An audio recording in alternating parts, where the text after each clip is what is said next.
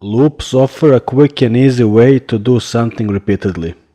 There are different kinds of loops, but essentially they all do the same thing. Let's first of all have a look at the for loop, which is probably the most common of all the loops. So let's say we want to print values from 1 to 10. We can use a for loop for that, so we can say for, and then first is the variable with the initial value, which is usually called I, that's gonna be equal to 1, and then a semicolon, and then the condition, so I'm gonna say I less than or equal to 10, because I want it to go up to 10. And then for the third part, I'm gonna say I++, so to increment I by 1 each time, and curly braces, and I'm just gonna console log I. So let's see what happens, and as you can see I get 1 to 10. You can also have a nested for loop, so I'm gonna copy this one. So a nested for loop is a loop inside a loop, and inside of this first for I'm gonna have another for, and I'm gonna say let j, and it's common for the nested for loop to have a variable called j. That's gonna be equal to 1, and the condition is gonna be I less than or equal to 5, and j++, curly braces, and I'm gonna cut and paste this console log inside of this inner for, and I'm gonna multiply I by j. Okay, so, and actually this is supposed to be j, not I.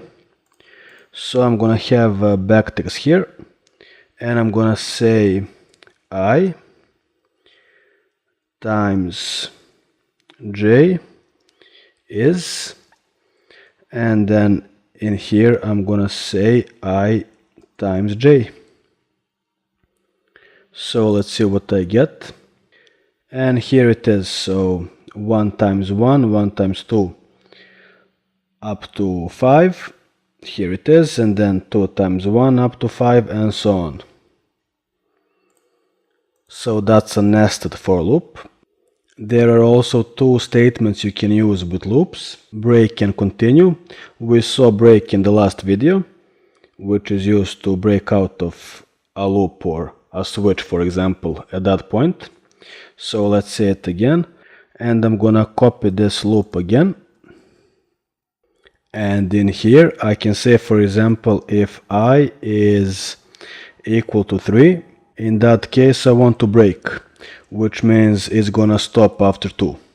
So let's see what happens, and actually let me just comment out that is this, both of these actually, so there's less things in the console, and here it is just 1 and 2 because of the break right here.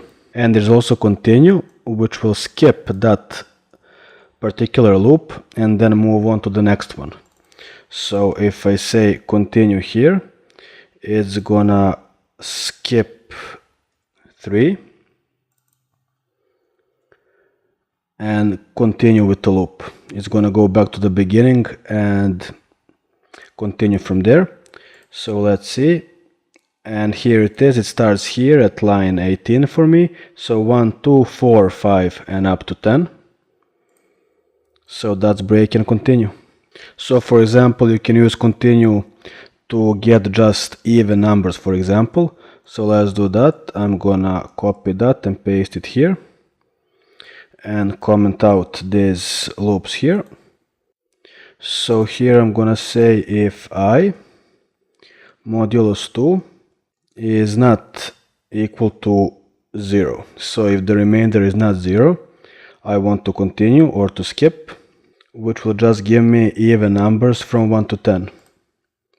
And here it is.